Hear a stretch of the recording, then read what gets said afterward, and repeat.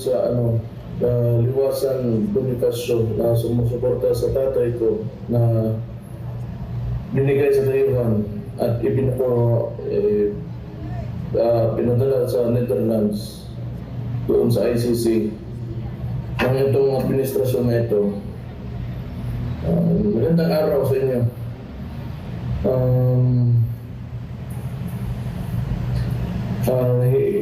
Mahirap yung sitwasyon namin ngayon.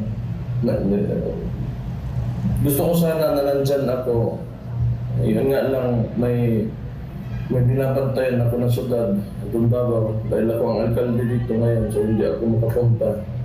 At medyo pakiramdam ko may gagawin sila dito sa lugar, kaya hindi muna ako makapunta dyan. Sayang na hindi ko kayo makikita at makakausap ng personal. Pero gusto ko magpasalamat sa lahat ng ginagawa niyo para sa tatay ko.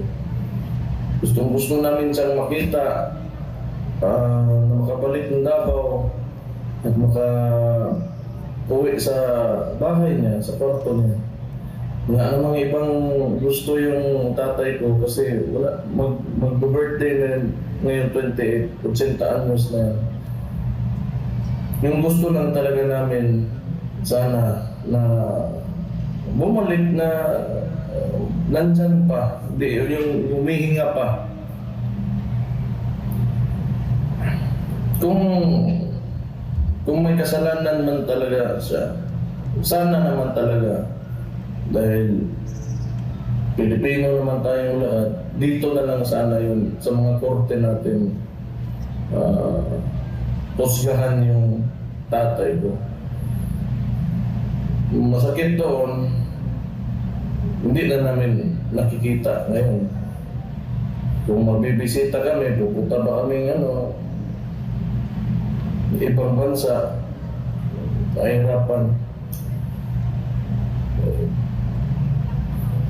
So, gusto ko lang sabihin talaga, ang nakita ko lang, simula nung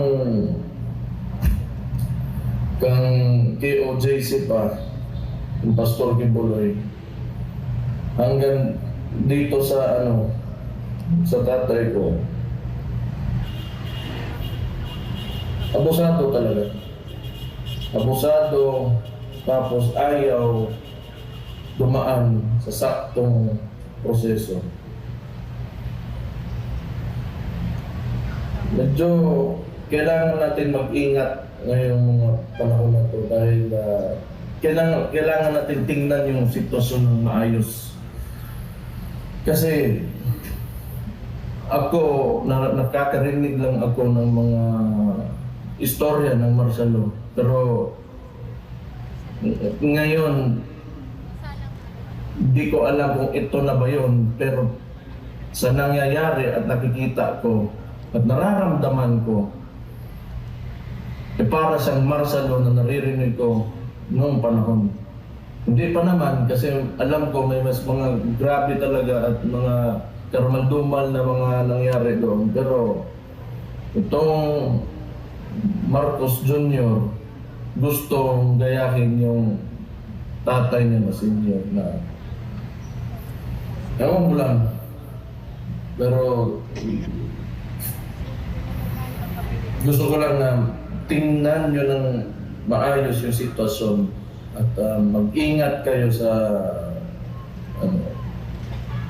iba kumilos yung liderato ngayon. My family and I would like to express our heartfelt gratitude for the unwavering support and solidarity you have shown during this dark time. You have never failed to remind us, time and again, of the pride we carry as Davaoenos. I kindly ask for your continuous prayers for my father, our tatay's health, since he is not being administered his medication as of the moment. As all of you have seen, let us not stop until my father, our Tatay Digong, is safely home. Daghang salamat, mabuhay ang Pilipinas.